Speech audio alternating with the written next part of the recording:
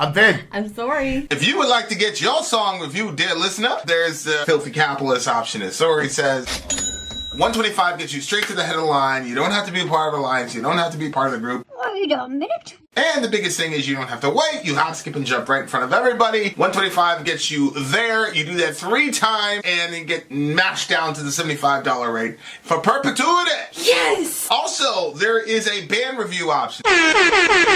So if you've got a band and you're trying to get your band some exposure, hit me up at vinsori@gmail.com, and I'll show you the details about how to pull that off. You can also jump on Patreon, and there is a option on the tiers to be able to get your band reviewed. Yep. Obviously, we can't lie to you, so we can't guarantee a positive review. Get what you get. It's just rubbish. Rubbish. Rubbish. That's British for garbage. My favorite is the community option. $1 at the gate gets you in a Patreon. You get to join an alliance. The alliance joins their points together, and that helps determine what songs that we do. The alliances hang out on Discord. Message me on Patreon to get the link. And they do all kinds of other cool things. They do Minecraft, Dungeons and Dragons. Yeah. It's really a community within the community. Anybody can go in the village, facebook.com/Vin and Sori. There's 160,000+ people on the channel. What's cool about the Discord is that it offers a real opportunity for community connection, friendship, that type of thing. And it's on Discord, so if you're not a Facebook person, it's for you. You start off at $1. Right. Plus you get exclusives. Sori and I are working on a song. So the first 15 seconds of that was on Patreon. Also, at $15 tier and above, when we actually debut the video, they're going to be there live with us. There you are, dear listener. Buy merch. Gaerea or something like that. Yeah, and then Gaerea, and the name of the song is Laude? I don't know. Okay, this one is from SGS, who said, Vin said he wanted to hear more from this band, and I don't need to be told twice, he said. This song is unbelievable to me, and I hope you both enjoy it as much as I do. Okay. SGS in this bitch. Gaerea? Laude or Laude is the thing. Let's do it.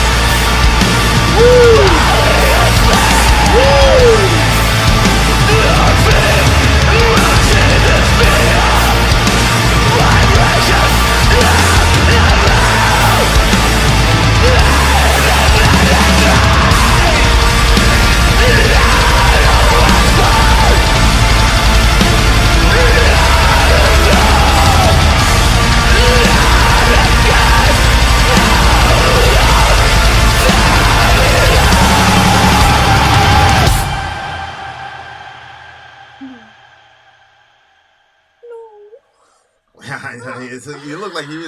I've never seen you enjoy it. This is a black metal band, ain't it? Aren't they a black metal band? Probably. You look like you really enjoyed this shit. I did. What's going on? What's going on? Well, I mean, the last song was hard. You know what I mean? The topic was hard. The loss and like, you know, there's losses I won't even talk about. You know, talk about the cat, but there's stuff I won't talk about, and so I think that I just needed to like have a little bit of a release. Somebody was like, Cold was like, oh, it feels good to cry. I was like, yeah, you have no idea. When I cry, I cry. That's not even me crying. That was me holding it in. Yeah. So yeah, this song was like, it was really cool. Like I read the lyrics some of the time. But like just musically, it was so friggin' beautiful. And I am including the vocal style. There are times where just, I don't know. Interesting. Go ahead. It's, so I've been like semi-fascinated, because I've always sort of looked at myself as like a genuinely like good person. And then I like realize that there are parts of me that are not good. They're part of my dark self or whatever. But not wanting to like give over to that side of myself, but to recognize that there's a sort of push and pull to that relationship with myself in who I am.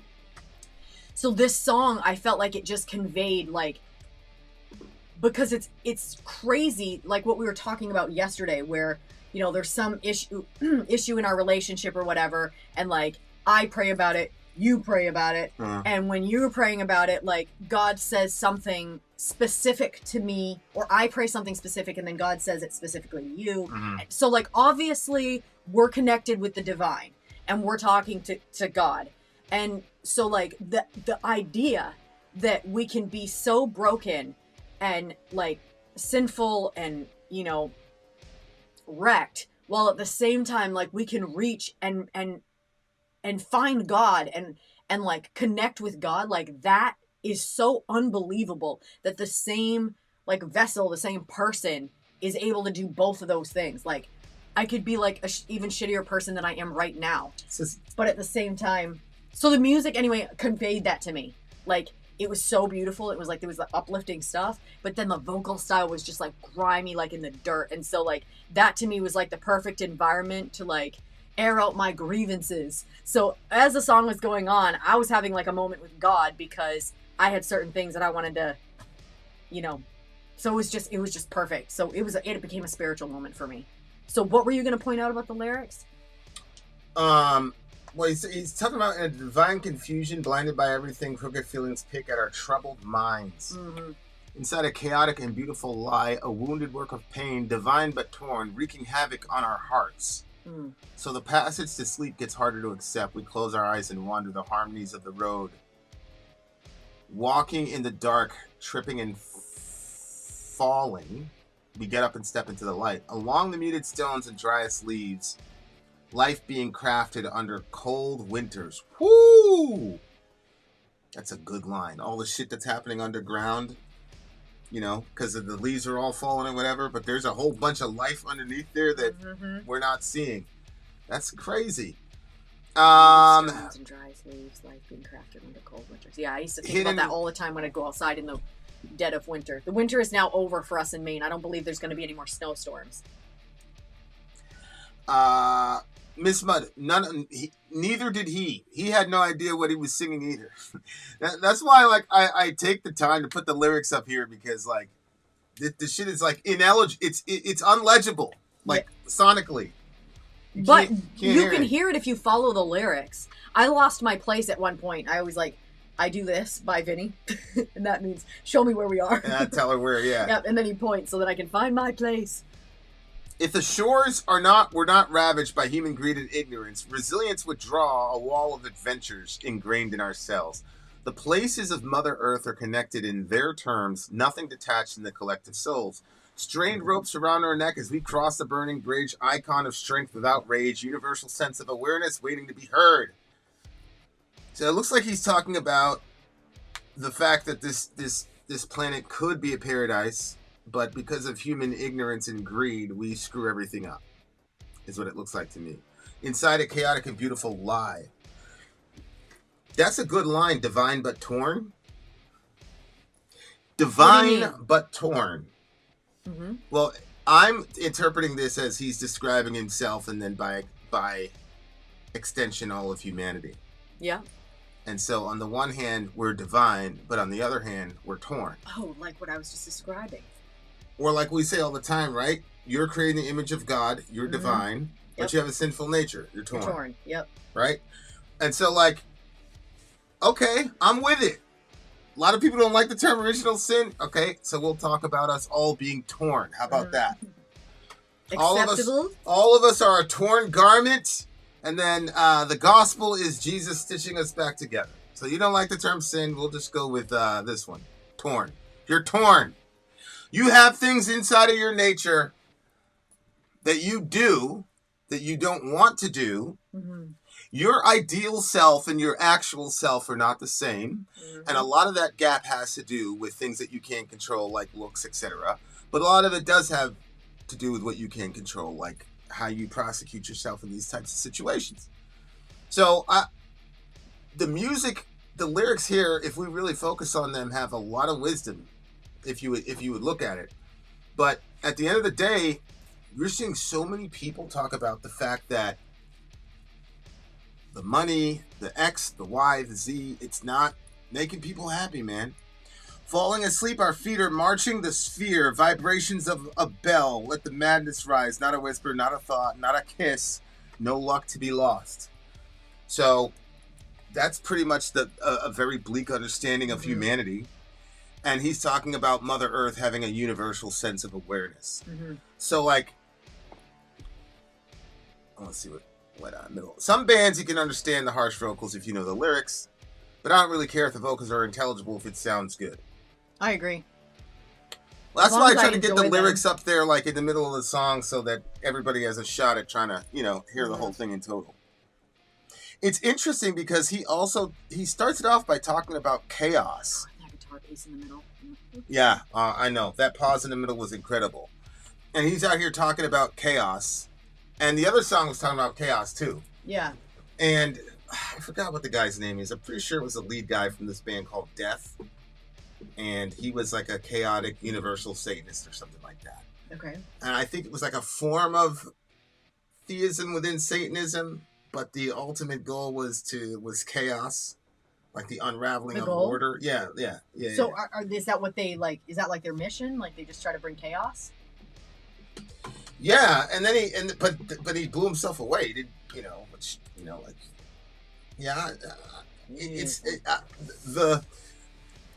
the highlighting of chaos to me is a very interesting thing, because on the one hand we want all this order, and then there's people that don't want order. Mm-hmm. And what happens when you have societies that have no order in them? We tried this out, right? There was that little chop thing during the George Floyd uprising. Chop thing? Yeah, all them white folks over there, I think it was in Seattle. They cordoned off like 3 blocks, and they said, this is ours. They called it the chop or something like that. Yeah, that's right. They wouldn't let the cops in. They had their own little anarchist little... And, I mean, it literally like a week later, dudes were getting shot, all types. You see on the camera, somebody got shot, somebody got killed, girls get sexually assaulted, all types of shit. You know what I'm saying?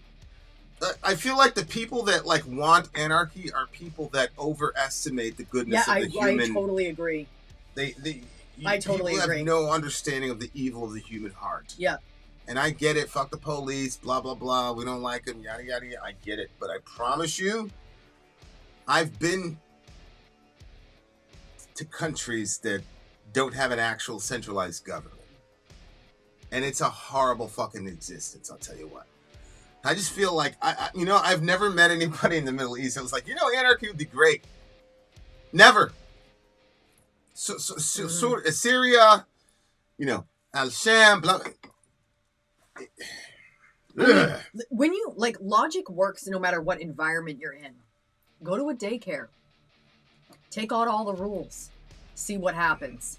Those kids are going to be biting, hitting, slapping, stealing toys, screaming. It's going to be absolute pandemonium, and you won't want to be there. It's I see it all the time in these moms groups. They're like, I've been trying to do the gentle parenting. It's complete. I don't know why my kid is biting. I don't bite them. It's like, I'm like, listen, this is a sin nature, lady. Like, you don't have to teach your kid to bite. you have to teach him to share. We got to teach him to share. We got to teach him not to bite. Yeah, like, Put those teeth away, you little minion. I didn't shoot a Middle America on the Chaz or the Chop or whatever that failed anarchist little thingy was. Mm-hmm. Because I don't know enough about anarchism to actually shoot a real video criticizing them boys. You see what I'm saying? Yeah. So that's why I'm kind of like, man, I don't know what y'all are on, but bro, one time it doesn't seem to be very effective to me. Agreed. I mean, agreed. I mean, even literally anything that you want to think of, like take all the rules out of it and see how it goes. We have traffic rules. For a reason. People would die more if we didn't have them. Take out all the stop signs and the stop lights and see how it goes. But anyway, there was this one time, Vinny was basically doing a Bible boogie. Zonia is pro-anarchy, and that's why I haven't completely written off anarchy as a philosophy. Because of her. Go ahead. So Vinny was basically doing this Bible boogie one time. And there was this person that I didn't know super well, but she seemed nice. You know, she had a couple of kids. And Vinny was like, so he's like, you brought up the subject of like anarchy and stuff like that. And he was like, if there was no rules, is there anything, like, what would you do if you would not get in trouble for anything that you did? Like, what would you do? And then this girl's so fast, she's like, I would murder somebody. Yeah. And like, it was crazy because she was kind of like, you know, sort of happy. And then all of a sudden she was like friggin' dark. Yeah. She was like, I would murder somebody. And I was like, did she just say she would murder somebody? And then I looked at her in a room full of people. She said it. I looked at her and her eyes looked different. Like, I was like, this is crazy. But we're all born basically good. Yeah. I just wish everybody had kids. Hi. There would be no argument. Nobody would argue with me ever again. Just have a kid. Yeah. Please, come back to me. You really want to know? Have two. By the time you get up to 7, like, there is no hope for humanity to be ultimately good from the womb. And the thing is, like, from a mother's heart, you're like, oh, that's my baby. But, like, I'm like... What? You know what I mean? Like, you want to see your kids as, like, they're the most beautiful, they're smartest. Like, I'm always like, Vin, look how smart they are, look at this. But I have never gone around to say my kids are perfect. Anarchy isn't the absence of rules, it's the abolition of unjust hierarchies. Okay? What is justice from an anarchist perspective? And is there a universal understanding or definition of justice from an anarchist perspective? That's a genuine question. I really don't know.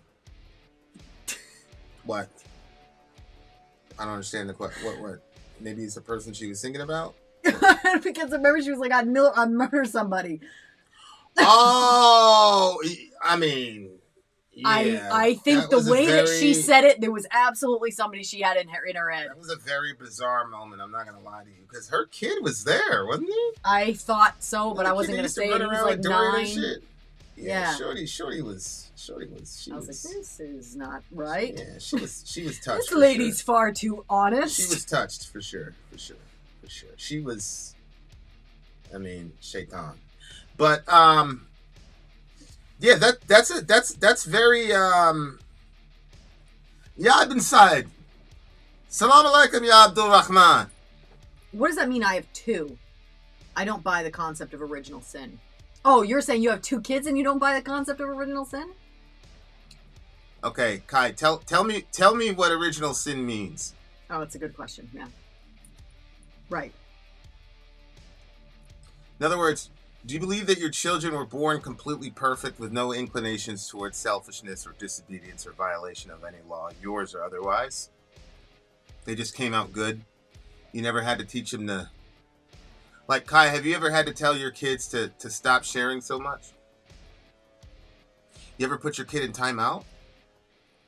Like, I just don't... I don't understand what we're talking about here. Mm-hmm. Rahmatullahi wa barakatuh. I've been working with kids for 20 years. Yeah. Can you define what I mean when I say original sin, Kai?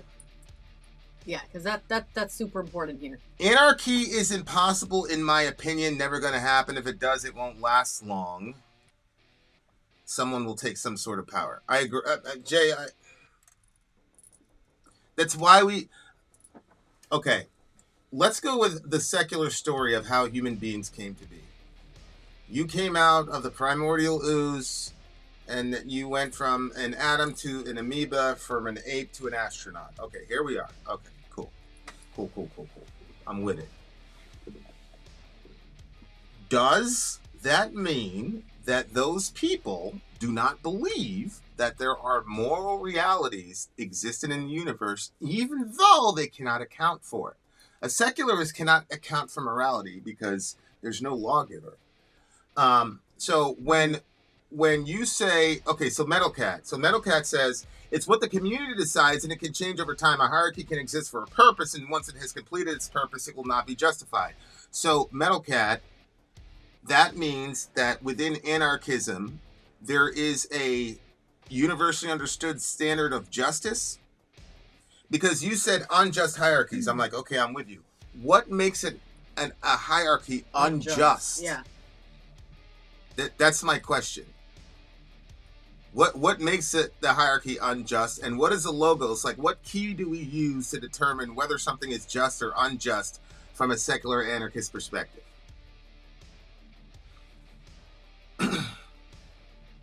Okay, maybe Miss Mudd can help us. Miss Mudd, can you define what original sin means? Yeah, anybody that, How do you say hello in Arabic, ya habibi? I think you just say salam alaikum, right? Salam alaikum. And then they're supposed to say wa alaikum assalam. And then if you want to really get fancy, you say wa rahmatullahi wa Kai barakatuh. says we are good and evil. We have potential for both. Okay. So your child was born with the potential for evil. Mm-hmm. Kai, have you ever punished your children? Have you ever had to tell them no? Yeah. So Kai, when you say we're good and evil, do you believe that original sin means that you're only evil? Like, is that how you interpreted it? That people who believe in original sin, that we're saying that humans are only evil, they don't have any good in them? I don't know what original sin means, to be honest. Oh, no sweat. No sweat. It's when it no longer serves a purpose that it was designed for. It's about accountability. Metalcat, who determines the purpose and the design? Who determines that? It's a genuine question. And accountability is also another word. Well, you For need something hierarchy. to be, You need right, hierarchy for actual accountability. Yeah, exactly. Like, look, my problem with anarchism is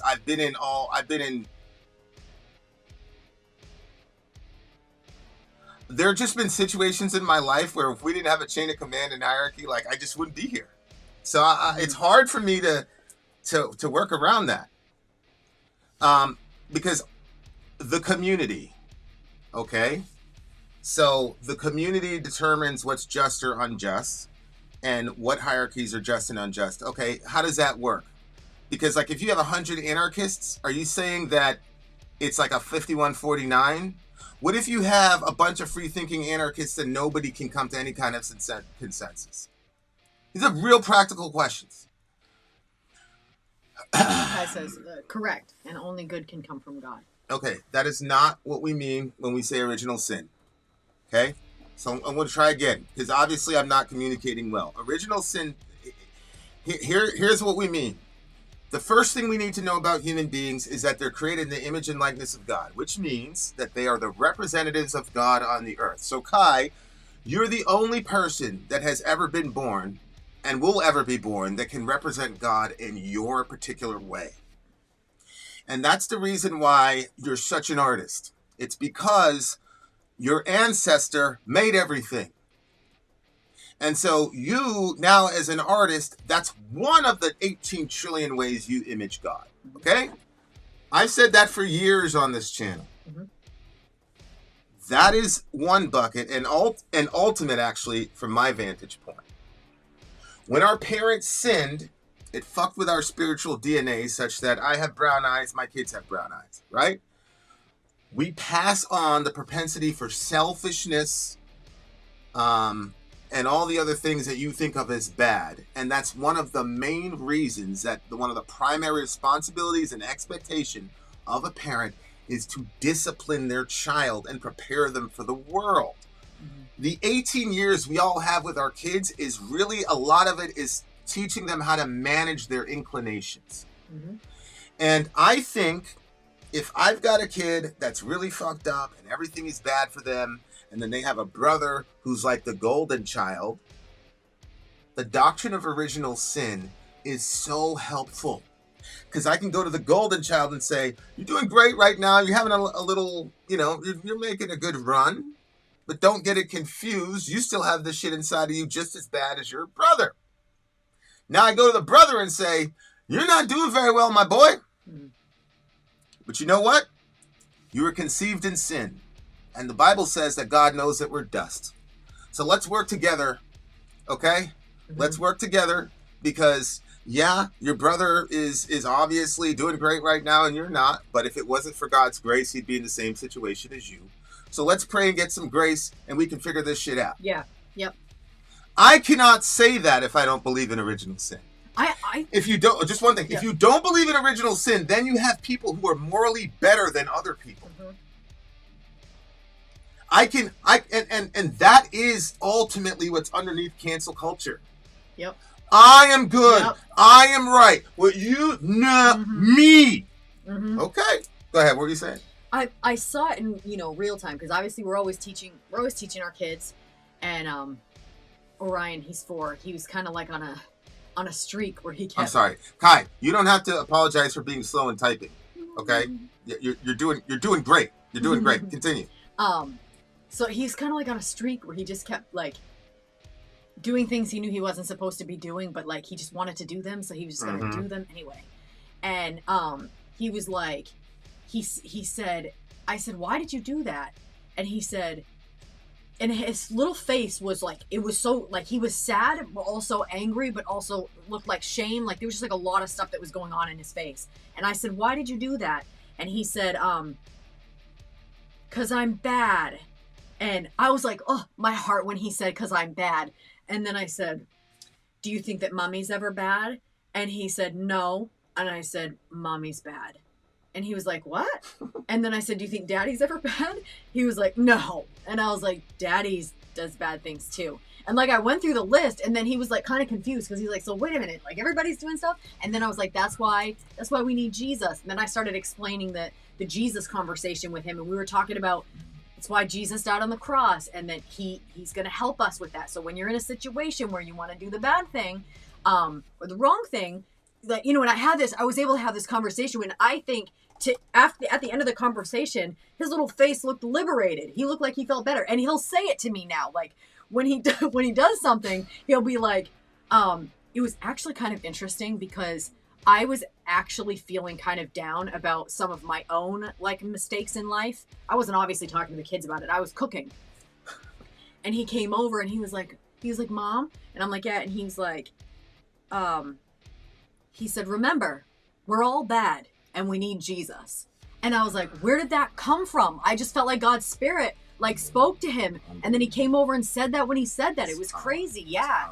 So, yeah, I was like, that's so crazy. And so I'm seeing in real time, like, these kids are not going to be perfect. And he's right. Like, sometimes, like, Reza will be like the golden boy, and he's doing everything right. And then Orion is just like, and then sometimes it flips, and then sometimes it's that one. But, like, all of us are under the same umbrella. Like, they know that we're not perfect people. That's why we as parents can apologize to them. Like, when I first started, like, parenting, I thought that it shows a lack of like, okay, the kids can't look up to you because you're fucking up all over the place. So I'm like, you can't apologize. Like, you got to just, maneuver it so you look right. But kids can see through all that stuff. So we'll apologize to our kids. Like, there's sometimes where I'm like, you know what? Yeah, I was just frustrated, man. I had a lot going on.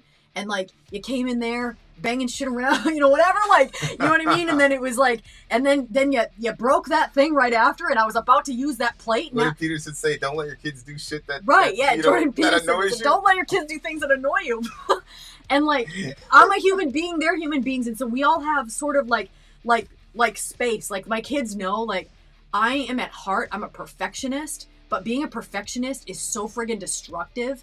Having a spirit of excellence is good. Like try your best, but you can't make that goal perfection because you're never perfectionism. It's never satisfied, and I think that perfectionism is sinful, honestly, and it's destructive. So Johan's not a perfectionist. Nope. By any stretch of the imagination. And he knows that I am. And so, like he had broke some rules, and so I had him wash some walls. And then I was like, you know what? Cut the walls in half and just only do half of the ones that I said.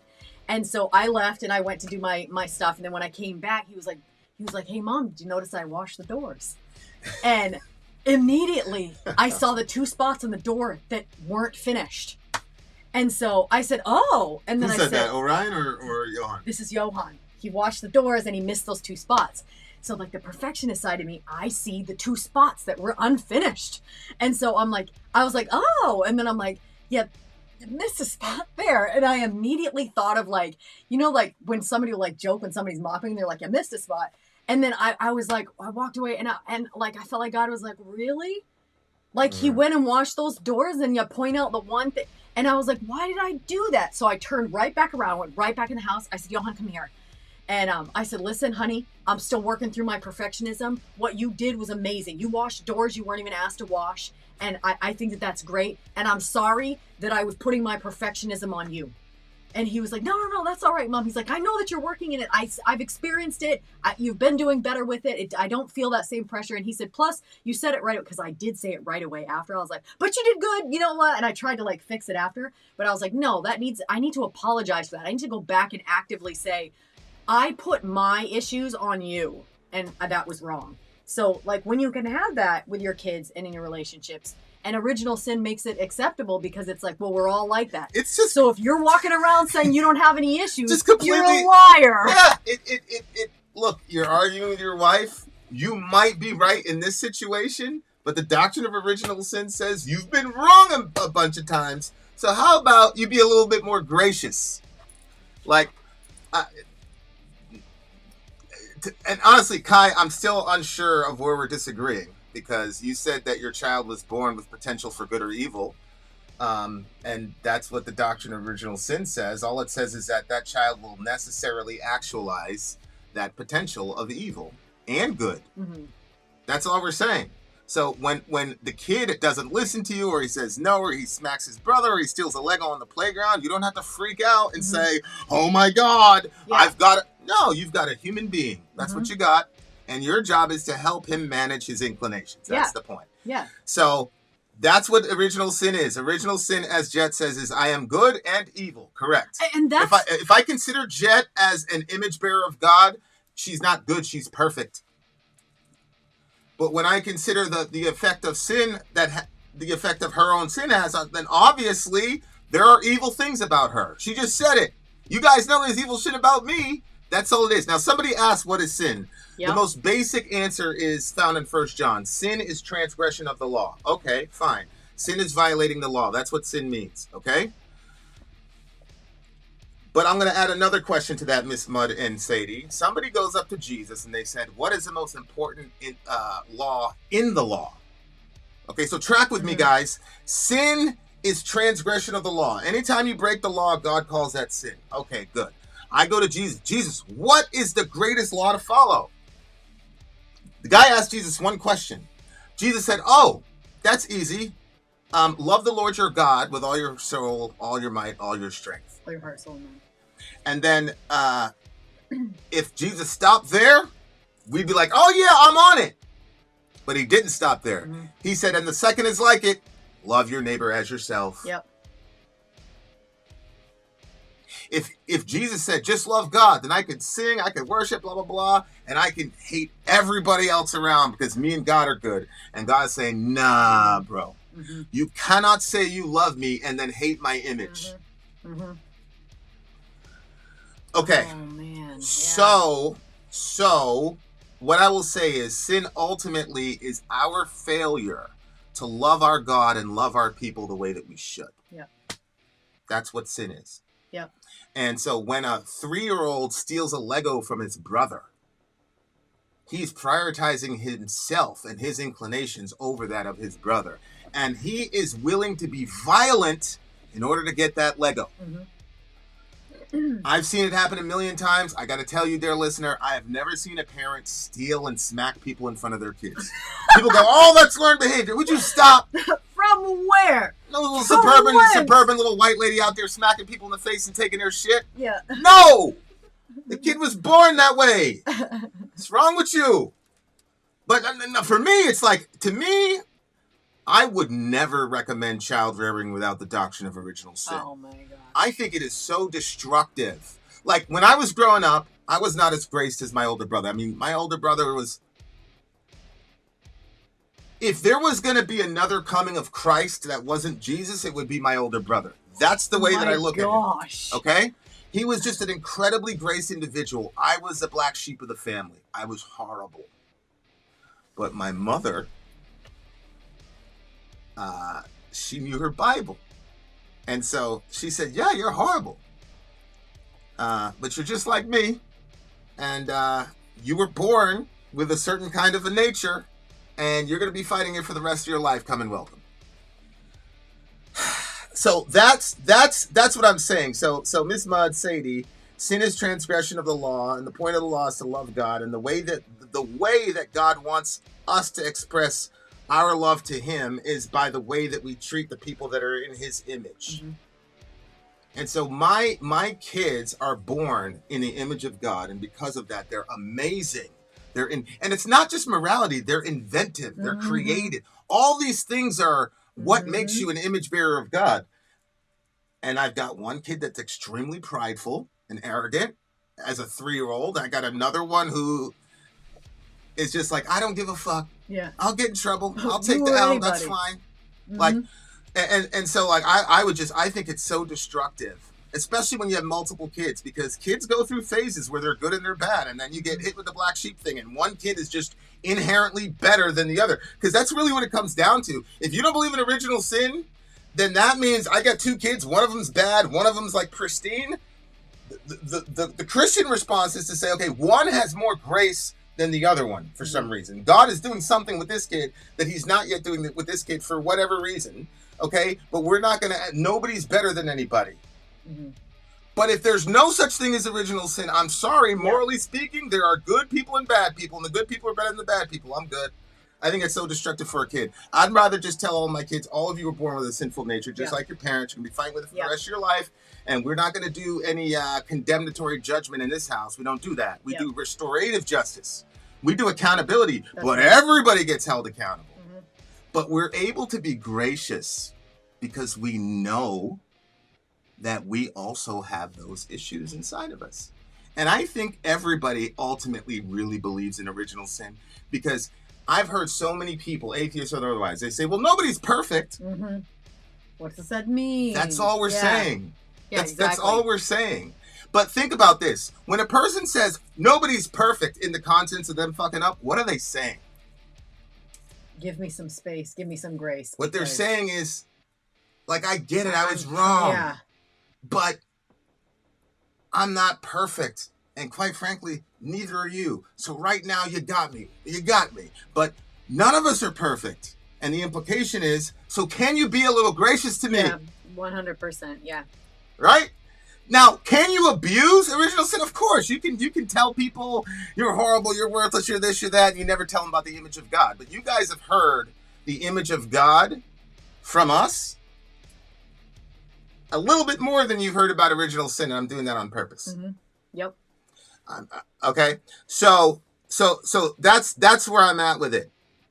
Because Jet says I'm being better though, because I don't like what it does to my grandma. Exactly.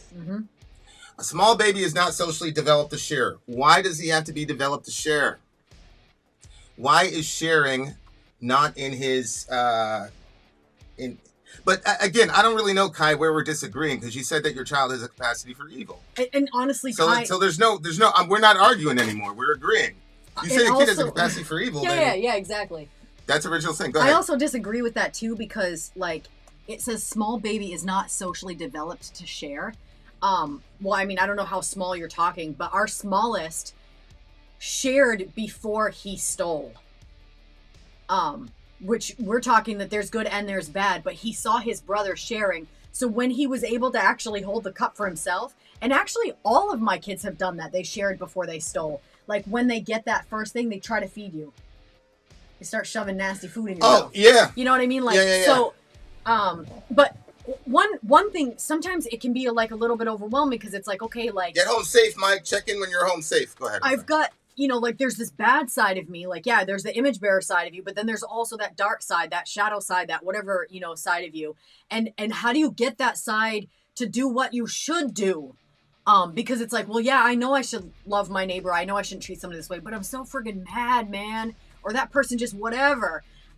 One cool thing is that Ezekiel 36:26 says, I will give you a new heart and put a new spirit in you. I will remove from you your heart of stone and give you a heart of flesh, and I will put my spirit in you and move you to follow my decrees and be careful to keep my laws.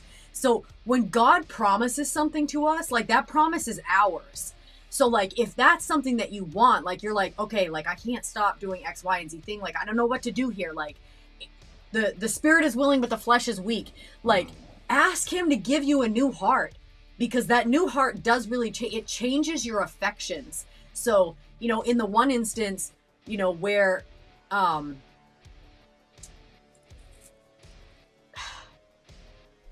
there's a Bible verse that talks about like when you do something, like don't let your right hand know what your left hand is doing. Yeah. But there was this person that had gone, they went to McDonald's and they ordered themselves a meal, and the meal has 2 cheeseburgers and some fries.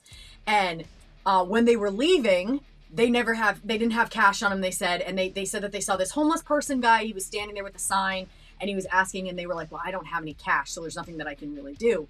And then all of a sudden they thought, well, there's a verse in the Bible that talks about like the guys basically say like, look, silver and gold we don't have, but what I have I'm going to give to you. And then they prayed for the guy to walk, and then the guy got up and walked. So the person was thinking about that verse, and then they said that they were like, well, what do I have? I don't have cash to give this homeless person. But what do I have? And so they said they started looking around in their car, and they found, they were like, well, I just bought a double cheeseburger meal. So they opened up the door and they passed the burger to the guy, and they weren't sure like how that was going to go or whatever, but the person accepted it. And then, they said that they had like this moment where it was like very emotional for them, and like it was just like a crazy moment. And then they actually had heard you say that, where you said like that people's like the things that bring you joy will change like as you're changing as a person. And so like this person was overcome with joy because they got to share one of their burgers with the homeless person, where I don't know, like that's what Jesus does when he gives you that new heart. Like he changes you inside. So the things that like your sin was what brought you joy. Your sin is what kind of made you feel like you got your release from, but instead now it becomes something else. When you love your neighbor like you love yourself, like that gives you a new sense of a high. That gives you a new sense of an excitement and joy and stuff. And so like God can do that, but you got to ask him, and you got to ask him with a heart, like believe that he's going to give that to you, and ask him that he would, like, and if you really want it, like, you know, we've said this before, like God is not trying to hold himself back from you if you really want him, but you got to be willing to go after him. Like, you know, when you go after something you really want. Some people stand for hours in a line at a show to get a front row seat, but won't put in more than, you know, any bit of effort. It's not about time. It's like an effort. Like if you really want it, you know what I'm saying? Ms. Mudd says that are all of our bad things we do Satan? Well, the Bible presents us as being accountable for our own sin, but presents Satan, and by extension demons, as hostile toward us and constantly trying to tempt us to do things. So we are held ultimately responsible because the devil cannot override your actual genuine devotion to God. I think the bigger issue for all of us is it doesn't really, you know, the semantics of the term sin, maybe that's just a loaded word for everybody. But I'm not hearing anybody in the chat say, no, I have a child and he's perfect. And, you know, so I understand that there's emotional issues connected to the term sin, but I don't hear anybody saying it's possible to raise a child from birth to 18 and never put him in timeout because he never breaks any rules. Yeah. And it's also untrue that children robotically mimic the behavior of their parents. That's just simply untrue. There are good things that my kids have done that has nothing to do with me. Yep. Like, sometimes I'll joke. I'm like, okay, well, Zoe was adopted because the things that she's doing, I promise you, she didn't see us do. And I've got other kids that do really bad shit that they never saw either. It's just inside of it. Well, here, this is an interesting verse, like, on that topic. I would have liked the ESV, but that's okay. We'll go with the NASB. It says, but each one is tempted when he is carried away and enticed by his own lust or his own desires. And then when lust has conceived, which you think of conception, it gives birth to sin. And when sin is accomplished, it brings forth death. Don't be deceived. So the temptations and the sin, it starts out inside of us. Perfection is overrated and people who try to be perfect are neurotic. Yeah, I agree. That's all. That's all I'm saying. That's all original sin means. You're neurotic if you believe that a child can be born from 0 to age 18 and never and be perfect. Yeah. That's all we're saying. That's all it means. Yeah. That's literally all it means. All right, go ahead. When it says each one is tempted when he is carried away and enticed by his own lust. So all of us have stuff inside of us that is going to draw us away toward not loving our neighbor, toward not loving our God. And when we go into that, because it starts out, and you can't help what you feel like inside necessarily, like whatever your sin issues are, it's what you do with it. So it's that, if you're drawn toward pornography and you have this, it's like, and you like want to take part in it, and then you like click, you're going toward it, you're looking at it, you're engaging in it. Now it's bringing sin. And then when sin is accomplished and you actually go through with it, now you've gone through with it, you've taken part in it, it brings forth death. Like over and over, sin that's unrepentant, it kills you. And there's whole generations of people, like, it's not just pornography, it's violence, it's anger, it's all it's lust in all of its forms. And lust is like this unsatiable desire for something that you shouldn't have, that's destructive to either you, your neighbor, or that's what it is. So we're all dealing with that in different ways. And so, your lust issues are not my lust issues. They're not your lust. We all have different things that we're dealing with, but we are all in need of grace. We're all in need of God's mercy. And his mercy is unpredictable. It comes to us and we don't deserve it, but he gives it to us. And he gives it to us because somebody had to be sacrificed for that. Jesus took that punishment. And that's why he said, like, don't be deceived, my beloved brethren. Don't be deceived. Like, this is what happens when you see those desires that are in you. You got to go away from those things and ask him for that new heart. You're going to screw up. But go back to the one that has mercy for your soul. Yeah. Go back to him. You used to get mad at me. Because I'd be like, oh, shit. Yeah, my bad. I'm sorry about that. And then I'd go on my day. Yeah, like, you're not going to grovel at all? I'm not going to grovel. No, I'm good. But that's because I'm like, get me the whip sub, and I like beat myself after I do something. I'm like very intense about stuff. But I'm in a new space where it's like, there's nothing that you can do that's going to erase your sin or that's going to change you as a bad, like you're bad. Like, it's just, we have to rely on God's mercies. I think trying to be perfect is damaging. That's what I'm saying. It's 100% damaging. That for me, that's my big thing. Like, I don't want a philosophy that's really destructive. And so, like, there are so many horrible implications to perfectionism that, I want to be able to tell my kids, like, yeah, this is expected. Yep, we know there are rules. We get it. I understand. We're going to hold you accountable. But as far as your relationship with God, you did not surprise him. Mm-hmm. As far as your relationship with me, you did not surprise me. Yep.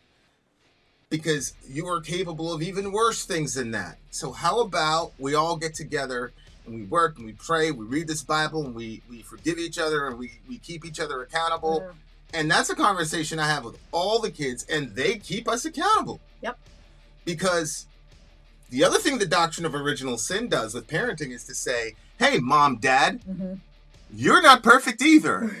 And you could be wrong. Yep. And when you're grounding that kid for the other week, why are you doing that? Mm-hmm.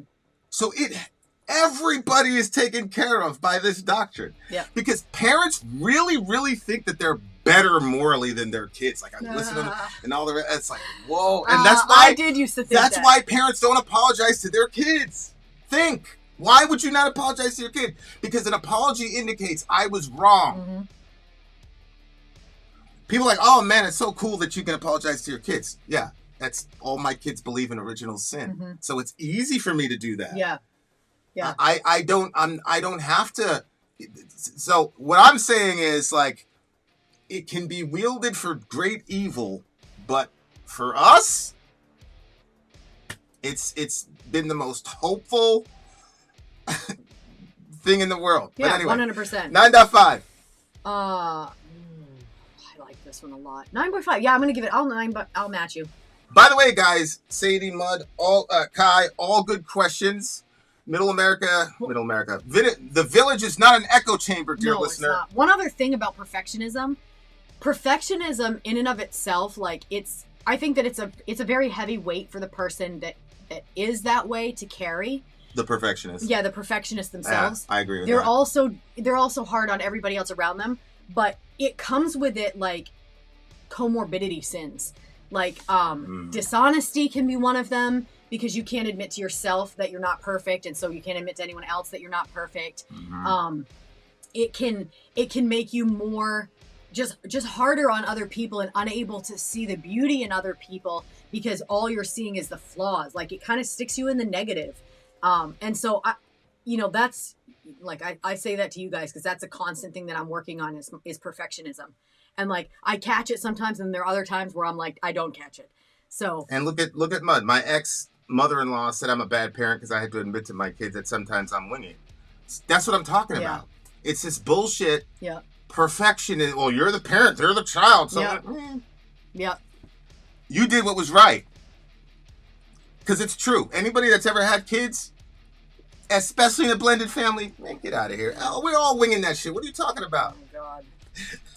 Shout out to Miss Mud. All of us are winging it. Thank you for being honest with your kids, though. Yep. But that's an example of what I'm talking about. If we all had the assumption, look, all of us are deeply flawed somewhere. Well, all right. Mm-hmm. You know? Mm-hmm. All right, guys, that was a pretty long one. We'll see you on the other side of the break. Vin out. Sori out. Gone.